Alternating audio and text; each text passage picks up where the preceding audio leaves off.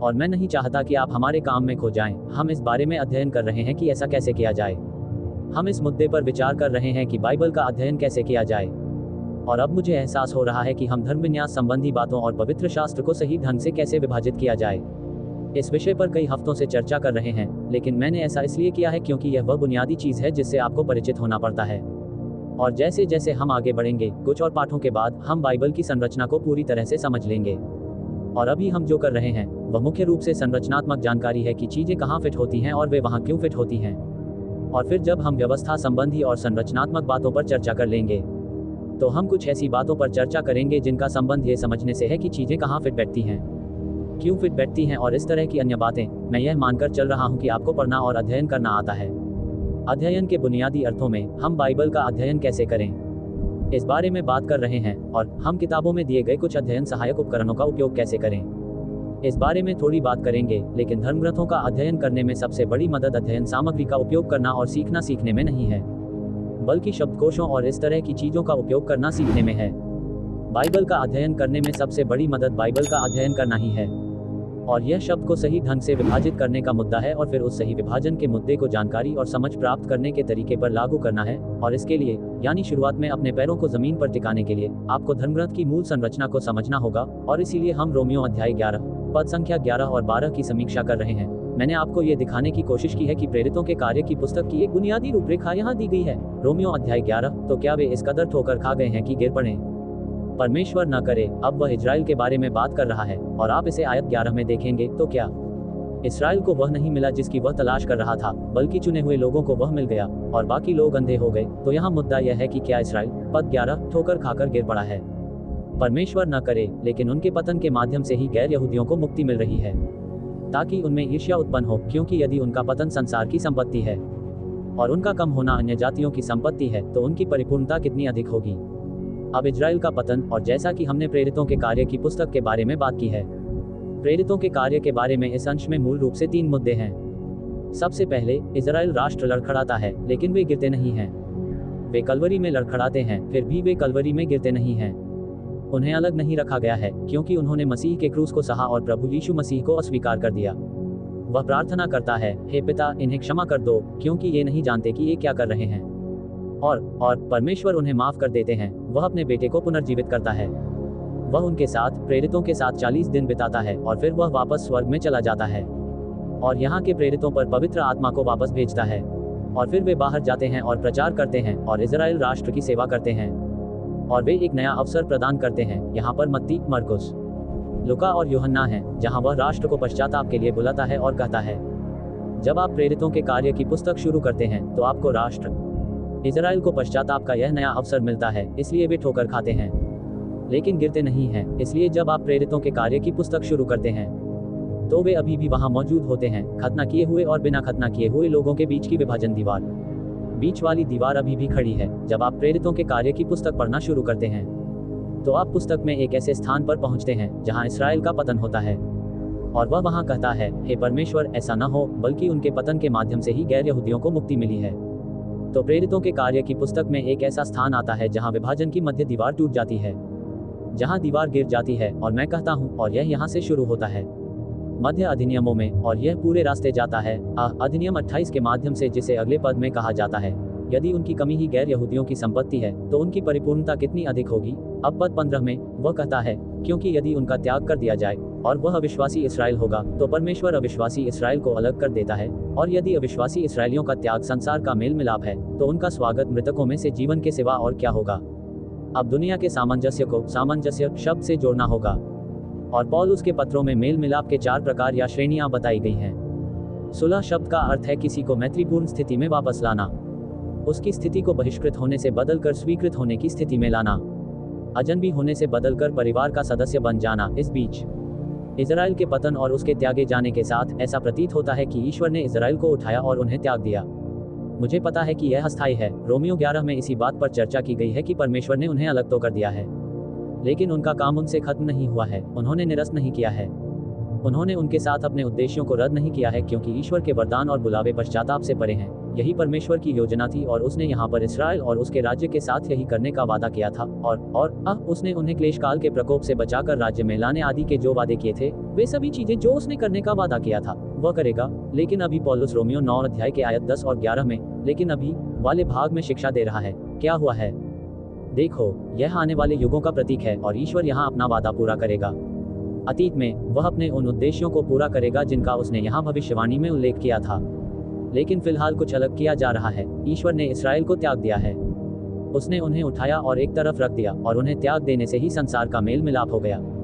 इसका यह मतलब नहीं है कि पूरी दुनिया बच गई है, लेकिन इसका मतलब यह है कि इजराइल और गैर यहूदियों के बीच विभाजन की मध्य दीवार गिर गई है और अब दुनिया ऐसी स्थिति में है जहां उन्हें बचाया जा सकता है। वे कर सकते हैं, वे यहाँ वापस आकर ईश्वर तक पहुंच सकते हैं। अन्य जातियों के पास ईश्वर नहीं था, अब वह गैर यहूदियों का भी ईश्वर है, न केवल खतना किए हुए लोगों का। रोमियो 3 अध्याय के 30 में कहा गया है।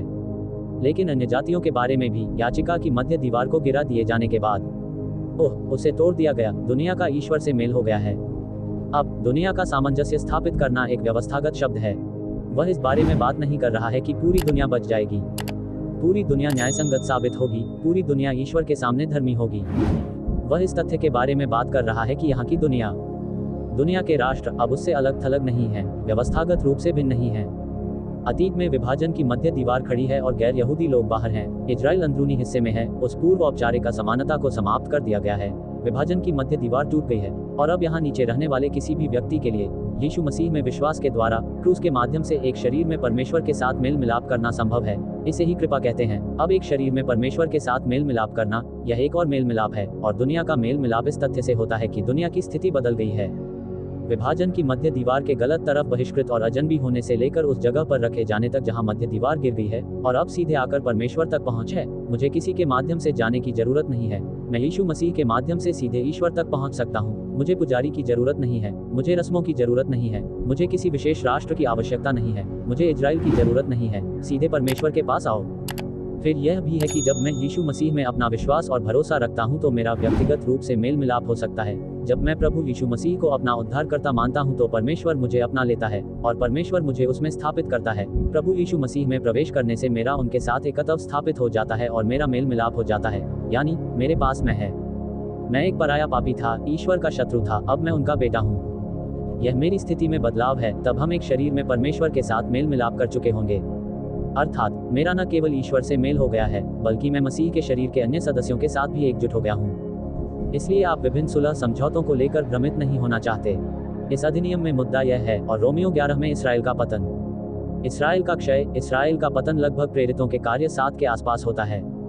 ये घटता क्रम वहीं से शुरू होकर अध्याय 28 तक जारी रहता है। अब प्रेरितों के कार्य अध्याय 7 से पहले परमेश्वर ने इसराइल के माध्यम से इसराइल के पतन के द्वारा संसार से व्यवहार किया। प्रेरितों के अध्याय 7 में उन्होंने उस विशेषाधिकार को खो दिया जिसके तहत वे आशीर्वाद का माध्यम बन सकते थे, जिसके द्वारा ईश्वर संसार तक पहुंचता था।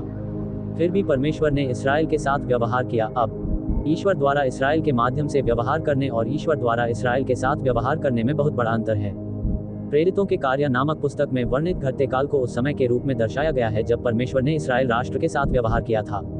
अब उसने ऐसा क्यों किया, इसका कारण रोमियो अध्याय 11 पद 55 और पद 6, रोमियो 1 का आयत 15 में बताया गया है। फिर भी इस समय, और यह पौलुस की सेवकाई के दौरान ही होगा, अनुग्रह के चुनाव के अनुसार इसराइल का एक शेष भाग बचा हुआ है। दूसरे शब्दों में, इसराइल में कुछ लोग हैं, अविश्वासी इजरायली, जिन्हें परमेश्वर मसीह के शरीर यानी कलीसिया में शामिल करना चाहता है। वह उन्हें बचाना चाहता है, और यदि यह अनुग्रह से है तो ये कर्मों से नहीं है, अन्यथा अनुग्रह कर्मों से नहीं है। कहने का तात्पर्य यह है कि पौलुस इसराइल में और इन अविश्वासी इसराइलियों में, जिन्हें अलग कर दिया गया है, देखता है कि परमेश्वर उन अविश्वासी इसराइलियों को बचाना चाहता है।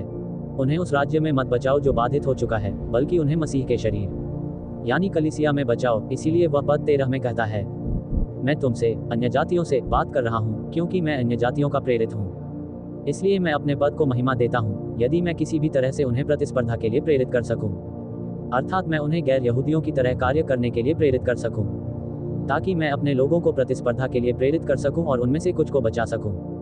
तो वह उन अविश्वासी इसराइलियों के बारे में बात कर रहा है जिन्हें उद्धार की आवश्यकता है। और वह कहता है, मैं प्रेरितों के कार्य की पुस्तक के उत्तरार्ध में अपने गैर यहूदी प्रेरित पद को इस प्रकार आगे बढ़ा रहा हूं, ताकि मैं इसराइलियों, उन अविश्वासी यहूदियों को गवाही दे सकूं।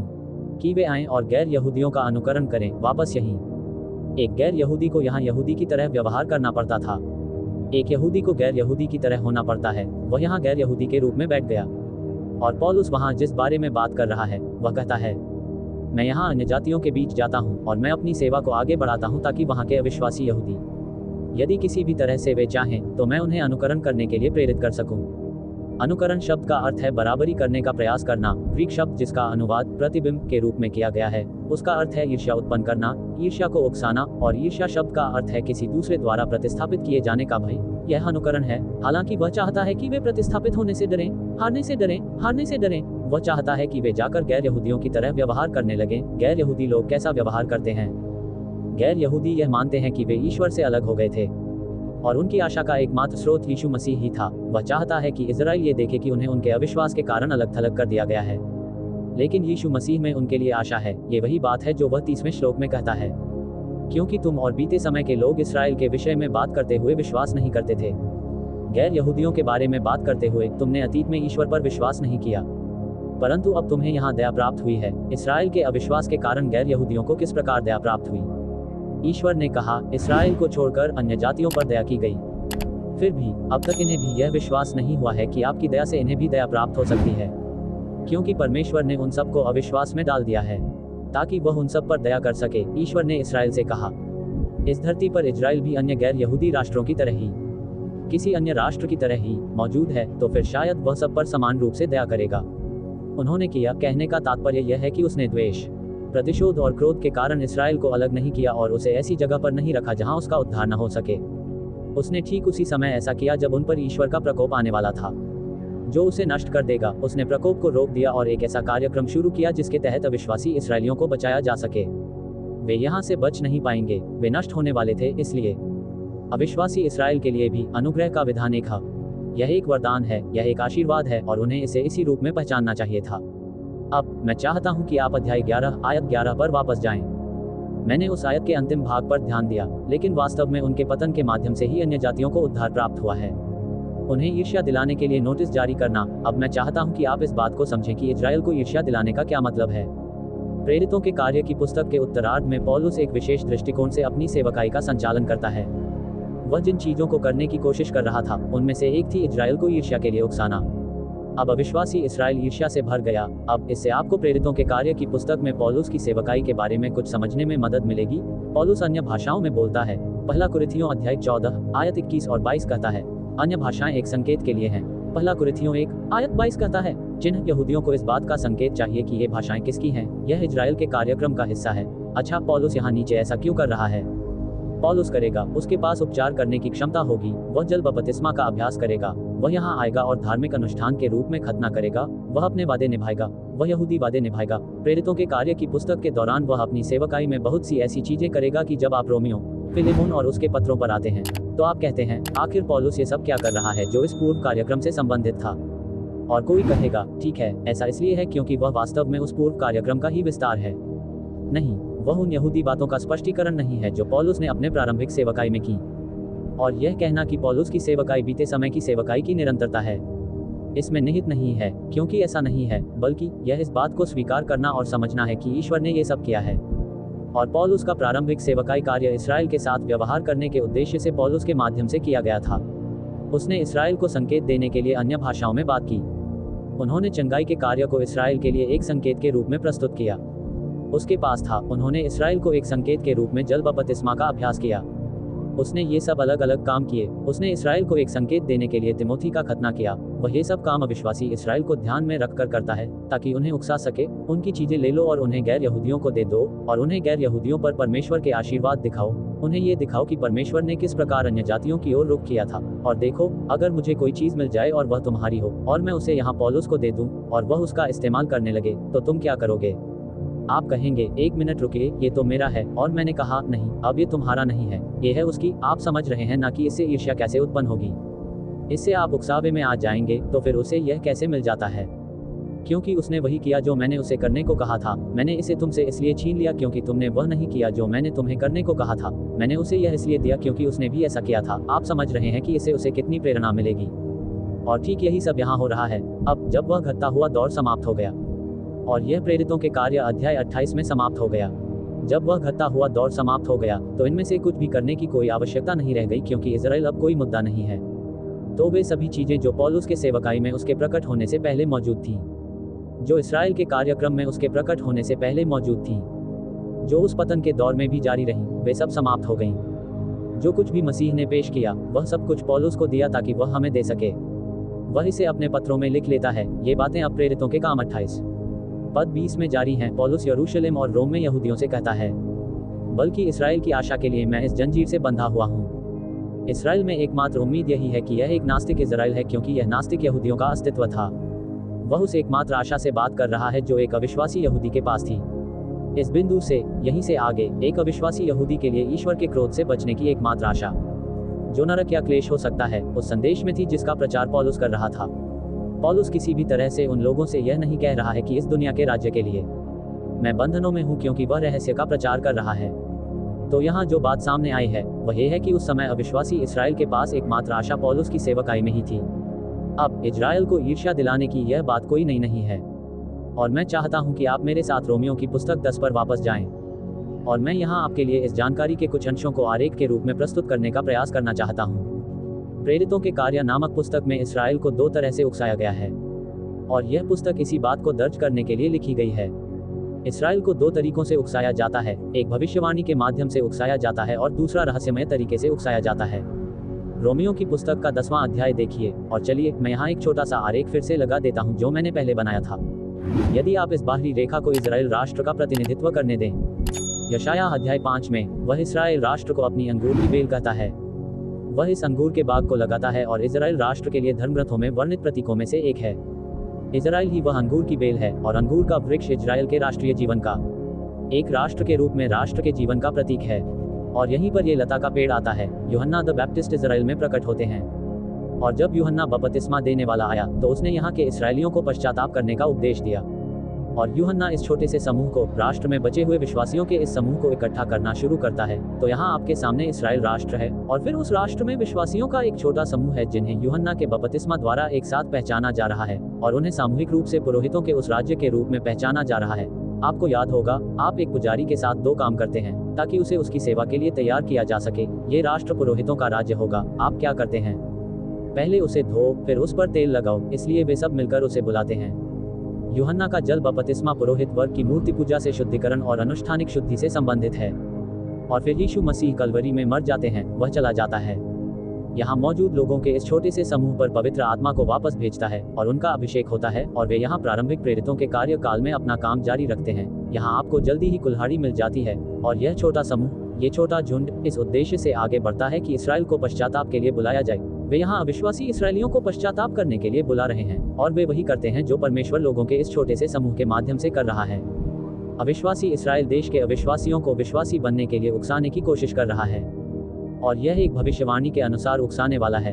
हम में से जो लोग शादीशुदा हैं, आप जानते हैं, कभी कभी हम सोचते हैं कि हर तरह की उकसाहट बुरी होती है, लेकिन ऐसा नहीं है। इब्रानियों अध्याय 10 में कहा गया है, हे भाई कि ये भाई एक दूसरे पर विचार करें और एक दूसरे को अच्छे कामों के लिए प्रेरित करें, अर्थात अपने भाइयों को अच्छे काम करने के लिए प्रेरित करने का प्रयास करें। दरअसल असली मुद्दा तो उन्हें प्रेरित करने का है।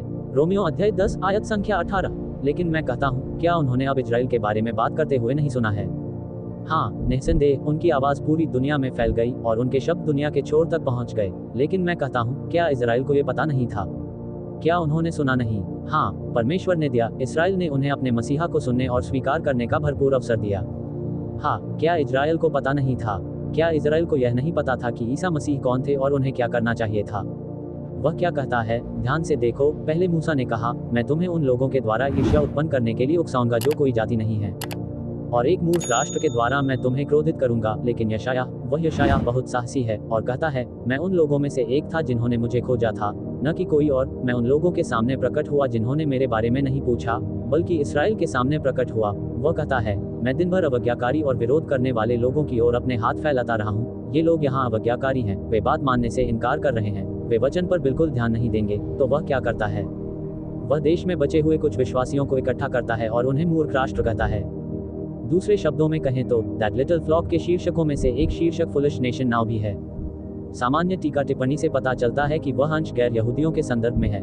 अगर आप चाहें तो मेरे साथ मत्ती अध्याय 21 पर वापस आइए। मत्ती 21 और 1 हाथ और पहले पत्रस अध्याय 2 प्राप्त करें। मत्ती 21 और पत्रस अध्याय 2 और फिर रोमियो की अध्याय 10 पर वापस नजर डालें। चलिए एक पल के लिए उस आयत को देखते हैं ताकि आप समझ सकें कि वास्तव में वह क्या कहता है। रोमियो अध्याय 10 पद क्रमांक 19 आयत को पढ़ना महत्वपूर्ण है, लेकिन मैं कहता हूँ, क्या इसराइल को यह बात पता नहीं थी? पहला, मूसा ने कहा, अब देखो पौलुस लिख रहा है, वह यहाँ अनुग्रह के युग में है, इजराइल का पतन पहले ही हो चुका है। और रोमियो की पुस्तक 10 में वह आपको समझा रहा है कि परमेश्वर ने इसराइल को अलग क्यों कहा, और वह कहता है, क्या उन्हें पता नहीं था? हाँ, वे जानते थे कि मूसा ने व्यवस्था विवरण 32 में तुम्हें पहले ही बता दिया था, मैं तुम्हें उन लोगों के द्वारा ईर्ष्या दिलाऊंगा जो कोई जाति नहीं है, और एक मूर्ख राष्ट्र के द्वारा तुम्हें क्रोधित करूंगा। क्या आपने वह शब्द राष्ट्र देखा? एकवचन या बहुवचन जैसे शब्द होते हैं। देखिए, इसमें राष्ट्रों के बहुवचन का उल्लेख नहीं है। इसमें लिखा है कि एक राष्ट्र द्वारा एकवचन गैर यहूदी शब्द। इसका अर्थ है बहुवचन में राष्ट्र, इसका मतलब एक राष्ट्र नहीं है। इसका अर्थ है अतीत में इजराइल को छोड़कर सभी राष्ट्र। इसराइल को अन्य राष्ट्रों में नहीं गिना जाना चाहिए, बल्कि उसे गैर यहूदियों के रूप में गिना जाना चाहिए। ग्रीक शब्द एथनोस है, जिससे हमें हमारा शब्द एथनिक प्राप्त होता है। आपकी राष्ट्रीयता, आपके राष्ट्र के बारे में बात करते हुए ये शब्द है बहुवचन राष्ट्रों के लिए प्रयोग किया जाता है। जब आप राष्ट्रों के बारे में पढ़ते हैं, तो जब वह कहता है कि वह गैर यहूदियों का प्रेरित है, तो इसका दूसरा अर्थ यह है कि वह राष्ट्रों का प्रेरित है। अच्छा, मुझे श्लोक 19 के बारे में कुछ बताओ। वहाँ दुनिया के सभी राष्ट्रों में से किस एक राष्ट्र का उल्लेख किया गया है? ये सभी देशों के लिए संदर्भ नहीं है। कौन सा राष्ट्र? ये किस राष्ट्र का संदर्भ है? अच्छा, मत्ती 21 अध्याय के पद 43 को देखें। इसलिए मैं तुमसे कहता हूँ, परमेश्वर का राज्य तुमसे छीन लिया जाएगा, क्योंकि तुम मुझसे बात कर रहे हो। ये लोग यहाँ हैं और एक राष्ट्र को अपना योगदान दे रहे हैं। यहाँ छोटा सा झुंड है उसके राजा का फल उत्पन्न करते हुए। आप ईश्वर को देखते हैं। ईसा मसीह जब वह आया तो वह सच्चे राष्ट्र की तलाश में था। वह उन लोगों की तलाश नहीं कर रहा था जो केवल ये कहते थे कि हम शारीरिक रूप से अब्राहम को अपना पिता मानते हैं, लेकिन आध्यात्मिक रूप से अब्राहम की संतान नहीं है। वह परमेश्वर के सच्चे इसराइल की खोज कर रहा था। वह इसराइल में विश्वासियों की तलाश कर रहा था, और वह यहाँ के धर्मत्यागी राष्ट्र से कहता है, मैं राज्य को छीन लूंगा, ये तुमसे छीन लिया जाएगा और विश्वास करने वाले शेष लोगों को, छोटे समूह को, राष्ट्र को, आदि को दे दिया जाएगा। एक ऐसा राष्ट्र जो राज्य के फल उत्पन्न करता है। इसीलिए उसने कहा, डरो मत नन्ही मंडली, तुम्हारे पिता की यही इच्छा है कि वे तुम्हें राज्य प्रदान करें। यशायाह 26, वह उस समूह के लोगों को धर्मी राष्ट्र कहता है, और शास्त्रों में उनके लिए प्रयुक्त सभी प्रकार की उपाधियों का प्रयोग करता है। लेकिन विश्वासियों का वह छोटा सा समूह ही वह मूर्ख राष्ट्र है जिसके माध्यम से परमेश्वर यहाँ के अविश्वासियों के राष्ट्र को मसीह पर विश्वास करने के लिए उकसाना चाहता था। पहला पत्रस अध्याय 2 पद संख्या 9, परंतु तुम चुनी हुई पीढ़ी, एक शाही याजक वर्ग हो। यहाँ वह खतना किए हुए विश्वासियों से बात कर रहा है। एक शाही याजक वर्ग और पवित्र राष्ट्र, एक विशिष्ट लोग, ताकि तुम उसकी स्तुति करो जिसने तुम्हें अंधकार से निकालकर अपने अद्भुत प्रकाश में बुलाया है, जो पहले लोग नहीं थे परंतु अब परमेश्वर के लोग हैं, जिन्हें दया नहीं मिली परंतु अब दया मिली है। आयत 11, प्रियतम, क्यों इसके बारे में खेद? प्रियतम, मैं आपसे विनती करता हूँ, जैसे अजनबी और तीर्थयात्री आत्मा के विरुद्ध युद्ध करने वाली शारीरिक वासनाओं से दूर रहते हैं, वैसे ही आप भी किसके बीच ईमानदारी से बातचीत करें। गैर यहूदी। अच्छा, वहाँ गैर यहूदियों के बीच कौन रह रहा है? कौन सा राष्ट्र गैर यहूदियों के बीच रह रहा है? वे गैर यहूदी नहीं हैं, वे इजराइल हैं, वो पवित्र राष्ट्र। आयत 9, इसराइल विश्वास करता है, जो अतीत में एक राष्ट्र नहीं था। ये होशे का पहला अध्याय है। ईश्वर ने उन्हें नीचा बनाया, क्या मैं अपने लोगों का नहीं हूँ? लेकिन अब उसने उन्हें फिर से अपनी प्रजा बना लिया है। उसने कहा, क्या मैंने ही तुम्हें वहां पर परखा और तुम्हें नीचा दिखाया? लेकिन अब तुम फिर से मेरे अपने हो, और वह यही कर रहा है। वह एक बार फिर अपने ही लोगों को चुनौती दे रहा है, और इसीलिए आपने रोमियो की पुस्तक के अध्याय 10 में पीछे पड़ा होगा, जिसमें वह कहता है, मूर्ख राष्ट्र के कारण कोई लोग नहीं है, यहाँ बहुत सारे लोग हैं। मत्ती अध्याय 4, जब हम मत्ती अध्याय 4 का अध्ययन करेंगे तो आपको बहुत स्पष्ट रूप से पता चलेगा कि ये सभी लोग कौन हैं और उन्हें उस तरह से क्यों पहचाना जाता है।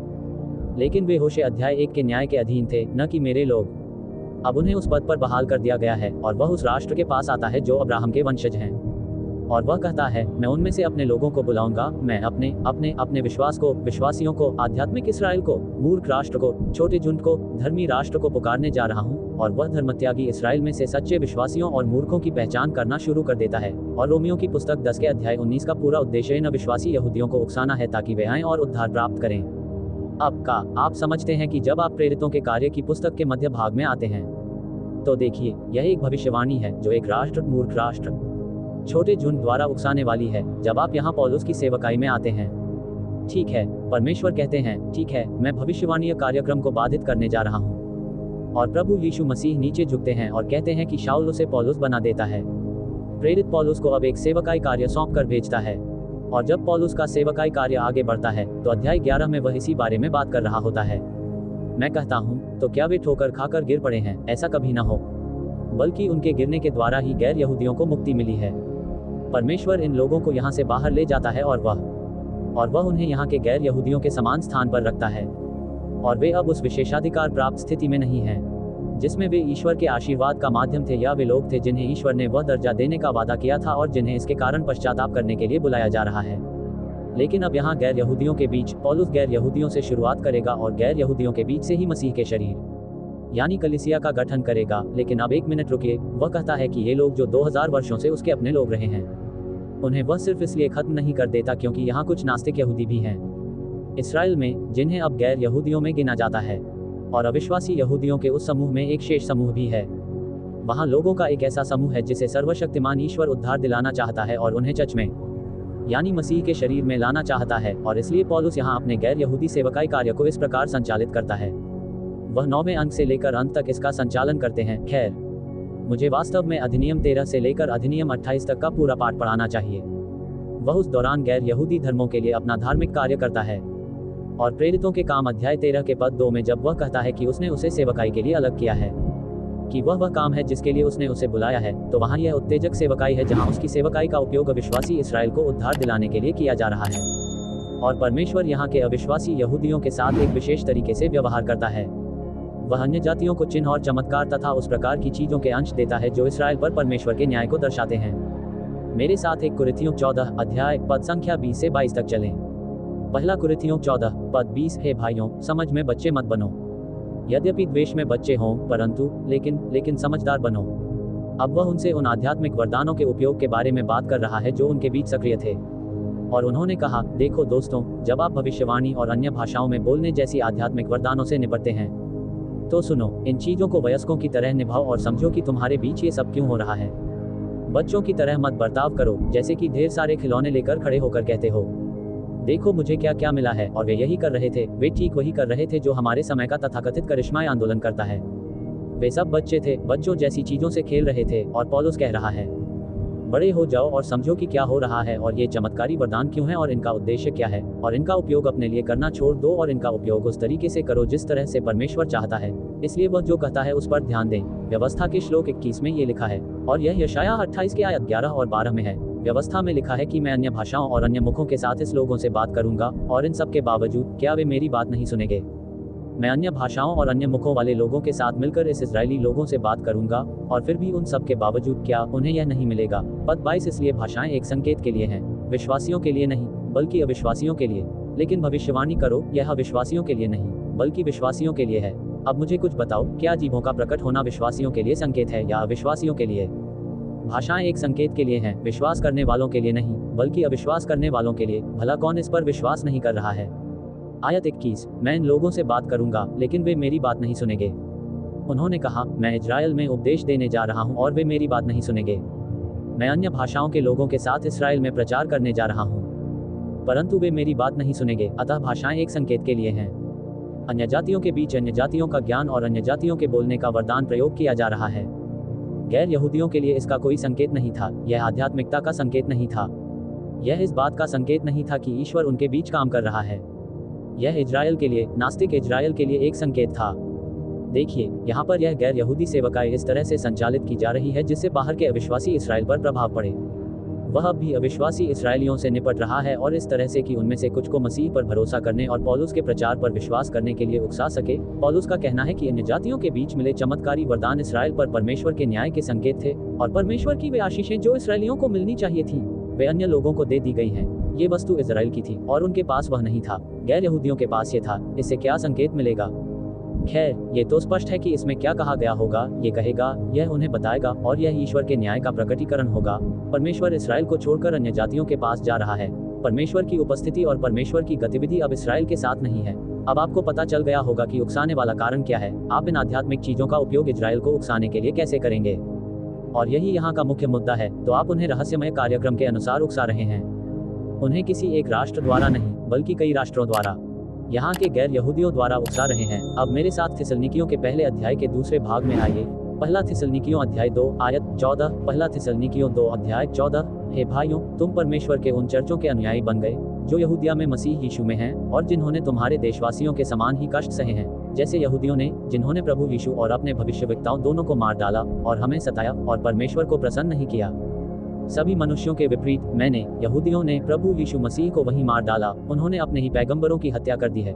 उन्होंने स्टीफन को मार डाला, फिर उन्होंने जेम्स को मार डाला या उसकी मृत्यु पर सहमति और अनुमोदन दिया और हमें सताया, और उन्होंने सभी मनुष्यों के विपरीत जाकर परमेश्वर को प्रसन्न नहीं किया। उन्होंने पौलुस को कैसे सताया, हमें अन्यजातियों से बात करने से मना किया ताकि वे अपने पापों को पूरा करने के लिए बचाए न जाएं, क्योंकि उन पर क्रोध की चेतावनी पूरी तरह से आ चुकी है। इसमें यह नहीं कहा गया है कि प्रकोप आने वाला है, ये है वे पहले ही गिर चुके हैं। परमेश्वर ने उन्हें पहले ही अलग कर दिया है। अविश्वास के साथ उनकी गिनती की और उनकी विशेषाधिकार स्थिति वापस ले ली। वे तो पौल को गैर यहूदियों से बात करने से भी मना कर रहे हैं। अन्यजातियों के बीच पौलुस की सेवकाई ही एकमात्र ऐसी चीज है जो उन्हें परमेश्वर के क्रोध और क्लेश से बचाए रखती है। और वे बराबर हैं, मतलब वे बहुत बेवकूफ हैं, वे तो इसका भी विरोध कर रहे हैं। यानी शुरुआती चरण में इतने अंधे हो गए हैं। प्रेरितों के कार्य 13 और प्रेरितों के कार्य 28 के बीच की सेवकाई। ये प्रेरितों के कार्य 13 में शुरू होती है, यह अधिनियम 28 तक विस्तारित है। पौलुस का इस्राएल के लिए एक विशेष प्रेरक सेवकाई कार्य है जो उनके पापों को हमेशा के लिए भरने के लिए बनाया गया है। अर्थात ये केवल परमेश्वर की धार्मिकता को प्रदर्शित करता है और उन्हें अलग कर देता है, न केवल इसलिए कि उन्होंने भविष्यवाणी के अनुसार मसीह में परमेश्वर के उद्देश्य को अस्वीकार कर दिया, बल्कि इसलिए भी कि उन्होंने उस रहस्यमय उद्देश्य को अस्वीकार कर दिया जो परमेश्वर का मसीह में था। अब प्रेरितों के अध्याय 13 में, प्रेरितों के कार्य अध्याय 18 में और अंत में प्रेरितों के कार्य अध्याय 28 में पौलुस इस्राएल से कहता है। चलो हम उनकी ओर देखें। प्रेरितों के काम 13 आयत 44। और अगले सबत के दिन लगभग पूरा शहर परमेश्वर का वचन सुनने के लिए इकट्ठा हुआ। लेकिन जब यहूदियों ने उस भीड़ को देखा तो वे ईर्ष्या से भर गए और पौलुस द्वारा कही गई बातों के विरुद्ध बोलने लगे, उनका खंडन करते हुए और उनकी निंदा करते हुए। तब पौलुस और बरनबास ने साहस दिखाते हुए कहा कि यह आवश्यक था कि परमेश्वर का वचन पहले तुम्हें सुनाया जाए, लेकिन चूंकि तुम इसे अस्वीकार करते हो और अपने आप को अनंत जीवन के अयोग्य समझते हो, इसलिए अब हम अन्य जातियों की ओर रुख करते हैं। पौलुस की सेवकाई के माध्यम से गैर यहूदियों तक उनका उद्धार हुआ जो इस्राएल राष्ट्र से स्वतंत्र था। उन्होंने खुद को इसके अयोग्य समझा, तो उसने कहा, ठीक है, ये तुम्हारे बिना भी जा रहा है। अध्याय 18। अब प्रेरितों के कार्य अध्याय 13 में वह बात है, ये पिसिदिया के एंटियोक में है जो एशिया में पूर्वी तुर्की में स्थित है। प्रेरितों के कार्य अध्याय 18 में पौलुस कोरिंथ में है जो यूरोप में ग्रीस में स्थित है। और प्रेरितों के काम अध्याय 18 पद संख्या 6 में वह कहता है, जब उन्होंने विरोध किया और ईश्वर की निंदा की तो उसने अपने वस्त्र झाड़े और उनसे कहा, तुम्हारा खून तुम्हारे ही सिर पर होगा, मैं साफ कर रहा हूँ। अब से मैं अन्य जातियों के पास जाऊंगा। और वह वहां से चला गया और एक आदमी के घर में प्रवेश किया, एक आदमी का घर जिसका नाम न्याय था, इत्यादि। दूसरे शब्दों में कहें तो हम गैर यहूदियों की ओर रुख कर रहे हैं। प्रेरितों के काम 28। इजराइल को लगातार ये दिखाया जा रहा है कि संदेश उस तक पहुंच रहा है। प्रेरितों के कार्य 28 अध्याय वह अब रोम में है, उस समय की दुनिया की राजधानी का मुखिया। प्रेरितों के काम 28 के 28 अध्याय, इसलिए तुम जान लो कि परमेश्वर का उद्धार अन्य जातियों के पास भेजा गया है और वे इसे सुनेंगे। अब देखिए वो अभियोग पत्र। उन्होंने 3 बार इजराइल पर आरोप लगाया। प्रेरितों के काम 13, प्रेरितों के काम 18, प्रेरितों के काम 28 और फिर प्रेरितों के कार्य की पुस्तक कहती है, धमाका हो गया। और इसका कारण यह है कि उस समय के बाद इजराइल को कोई विशेष दर्जा नहीं दिया जाएगा। ये जा रहा है, चला गया। और फिर उन्हें जो दिया जा रहा था वह राज्य नहीं था, बल्कि यहाँ बचे हुए लोगों को उद्धार पाने और विशेष व्यवहार प्राप्त करने का अवसर था। पौलुस के सेवकाई कार्यों के दौरान उनसे बातचीत करना और उन्हें प्रेरित करने का प्रयास करना ताकि वे उद्धार प्राप्त कर सकें। अब मैं चाहता हूँ कि आप उस व्याख्या को समझें कि पौलुस के कार्यों के सेवकाई में वे यहूदी बातें क्यों मौजूद हैं। अब कार्रवाई के बारे में एक बात स्पष्ट हो जाएगी। सवाल यह है कि दीवार कब गिरी। ठीक है, मुझे पता है कि यह सूली पर नहीं गिरा था, इसलिए मैं अतीत से वर्तमान में नहीं आया हूँ, लेकिन अब क्योंकि क्रूस पर हम अभी भी बीते हुए समय में हैं, दीवार ने लड़ाई नहीं लड़ी है, दूसरे अंक में नहीं गिरा। पेंटेकोस्ट यहूदियों का एक पर्व दिवस है, आप अभी भी यहूदी क्षेत्र में हैं। प्रेरितों के कार्य 2 में पतरस 3 बार कहता है, हे यहूदिया के लोगों, हे इस्राएल के लोगों, सारे घर को छोड़ दो। वह सिर्फ इजराइल से बात कर रहा है। प्रेरितों के कार्य अध्याय 3 पद 25 और 26, वे आज भी उन वाचाओं और उस वादे की संतान हैं जो परमेश्वर ने अब्राहम से किया था, तेरे वंश से ही पृथ्वी की समस्त जातियां उत्पन्न होंगी। दीवार अभी भी खड़ी है, तो मुझे पता है कि ऐसा ही है। मुझे पता है कि दीवार अभी भी वही है। दूसरे अध्याय में जब मैं अध्याय 28 पर आता हूँ तो दीवारें पहले ही गिर चुकी होती हैं, क्योंकि वह कहता है वह उद्धार जो, अतः ये जान लो कि परमेश्वर का उद्धार भेजा गया है। ऐसा होने वाला नहीं है, लेकिन ये पहले से ही गैर यहूदियों के बीच मौजूद है। अतः दीवार प्रेरितों के कार्य 28 से पहले और प्रेरितों के कार्य 2 के बाद गिरी। अच्छा, दूसरे अंक के बाद और 28वें अंक से पहले क्या है? यदि यह एक छोर पर नहीं है और दूसरे छोर पर भी नहीं है, तो इन दोनों छोरों के बीच में क्या है? मध्य भाग, इसलिए हम खुद को मध्य कार्य के लोग कहते हैं। प्रेरितों के कार्य की पुस्तक के मध्य में आपको सेवकाई मिलती है। आपको प्रेरित पौलुस द्वारा दी गई मुक्ति और उसके द्वारा दिए गए दायित्व का पता चलता है। और जब आप पौलुस के सेवकाई काल में आते हैं, उससे पहले नहीं, तब आपको कोई यह कहते हुए मिलेगा कि यहूदी और यूनानी में कोई अंतर नहीं है, क्योंकि वही प्रभु सब पर राज करता है और उन सभी पर धनवान है जो उसे पुकारते हैं। जो कोई भी प्रभु के नाम का आह्वान करेगा वह उद्धार पाएगा। जब आप पौलुस के सेवकाई कार्य से परिचित होते हैं, तभी आपको बताया जाता है कि इस्राएल के पतन के माध्यम से उद्धार गैर यहूदियों तक पहुंचता है। तो दीवार गिरी, न तो क्रूस पर, नहीं प्रेरितों के दूसरे अध्याय में। ये पौलुस के सेवकाई काल के साथ ही समाप्त हो गया। अब यहाँ वे लोग हैं जिन्हें अधिनियम कहा जाता है। 28 लोग ही, डब्ल्यू बुलिंगर, चार्ल्स वेज, उन्होंने दीवार को गिरते हुए क्यों नहीं देखा? उन्होंने अध्याय 28 तक इंतजार क्यों किया? क्योंकि इसमें यहूदी धर्म से जुड़ी कुछ बातें शामिल हैं। वे पौलुस को अन्य भाषाओं में बोलते हुए देखते हैं, वे पौलुस को इस्राएल जाते हुए देखते हैं। मैं देखता हूं कि वह इजराइल पर विशेष ध्यान दे रहा है और लोग कहते हैं, देखो, वह अभी भी इजराइल का समर्थक होना चाहिए, फिर भी वह गिरा नहीं होगा। वे गिर गए थे। यह एक विशेष प्रकार की सेवा थी जिसके लिए परमेश्वर ने अपना हाथ बढ़ाया और अपने राष्ट्र के लिए धीरज और पीड़ा सहते हुए आगे बढ़ा। उस दौरान, पौलुस के उन कार्यों के दौरान जिनका उद्देश्य इस्राएल को मसीह के शरीर का हिस्सा बनने के लिए प्रेरित करना था, जो पहले से ही चल रहा था।